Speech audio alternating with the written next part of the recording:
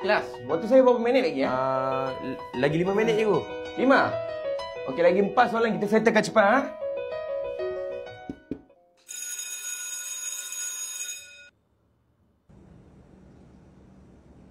Kelas, waktu saya sudah habis. Dah habis, Guru. Okey, last, ha? Last. Kelas, cepat kita habiskan last soalan, ha? Okey, kelas. Terima kasih. Jumpa esok.